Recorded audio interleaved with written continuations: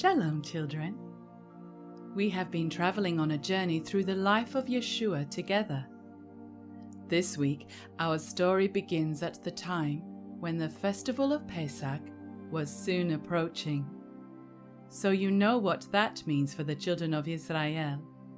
Yes, it's time for them to go up to Jerusalem as Yahweh had instructed Moshe that they were to do once they settled in the land. One of the themes of Yahweh's appointed time of Passover and unleavened bread is to clean out all the leaven from the home.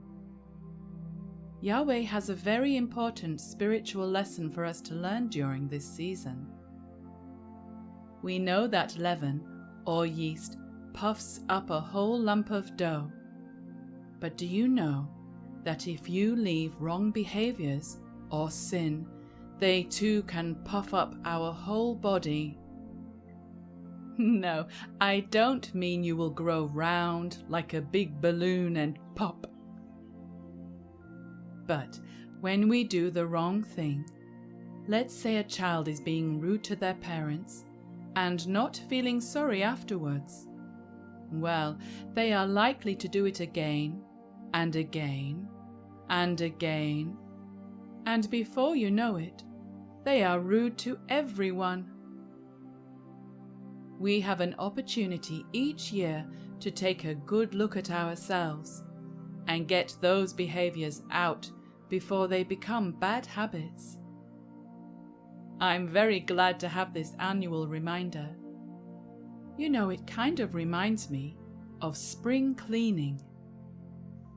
Have you ever heard anyone say that they are going to spring clean their house? What do you think it means?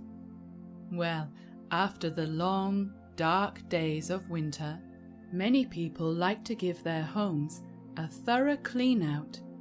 They wash all the walls, clean under the bed, remove all that old food from the bottom of the freezer. Ugh! And it's good to clean out all the cobwebs from our lives too, and start the spring feasts all fresh and sparkly.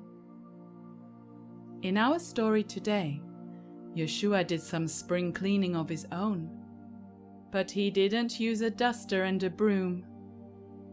Yeshua had traveled up to Jerusalem, and once he got to the area of the set-apart place, he saw all the temple merchants selling their goods and exchanging money for the temple sacrifices. Now there was nothing wrong with what they were selling, but they should not have set their businesses up so close to the temple, and no doubt they were charged lots of money to have a stall so close to the set-apart place. They had their own area to sell their animals from, further down away from the main temple area. Let's have a look at a market scene to help us understand what a noisy place they are.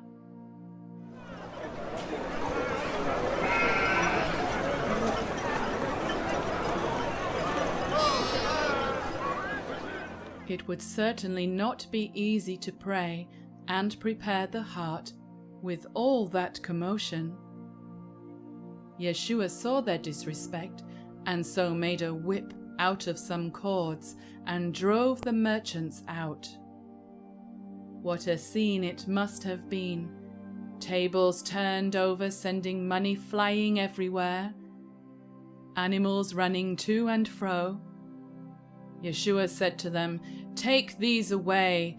Do not make my Father's house a house of merchandise."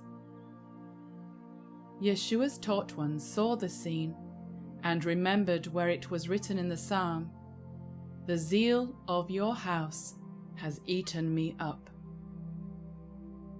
The leaders of the Pharisees saw what happened and didn't like what Yeshua did. They asked him who he thought he was and what sign did he have to show his authority over such matters. His answer wasn't what they expected.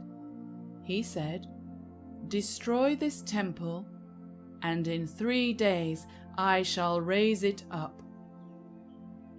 They couldn't believe their ears.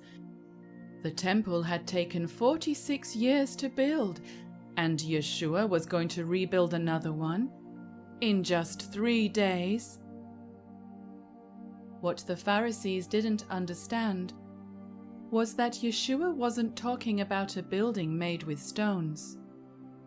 He was telling them that he would be killed, and 3 days later he would rise from the dead. We will hear all about that another day, and before we get to that part of Yeshua's story, he has lots of miracles to do and people to teach, to show them that he is the Son of Elohim. They will then have the opportunity to believe in him and his teachings when he does indeed go on to rise from the dead. Today's story teaches us that having zeal and passion about something can be a good thing. What do you think Elohim wants us to have enthusiasm about? A good place to begin would be having a passion to love Elohim with all our heart, all our soul, and all our mind. And then we can start to have zeal to love others and to be kind to them. Well, children, that is the end of our story for today. So we will see you next time for another exciting journey in the life of Yeshua. Shalom. Come to him, the cornerstone, rejected by man but chosen by Yah.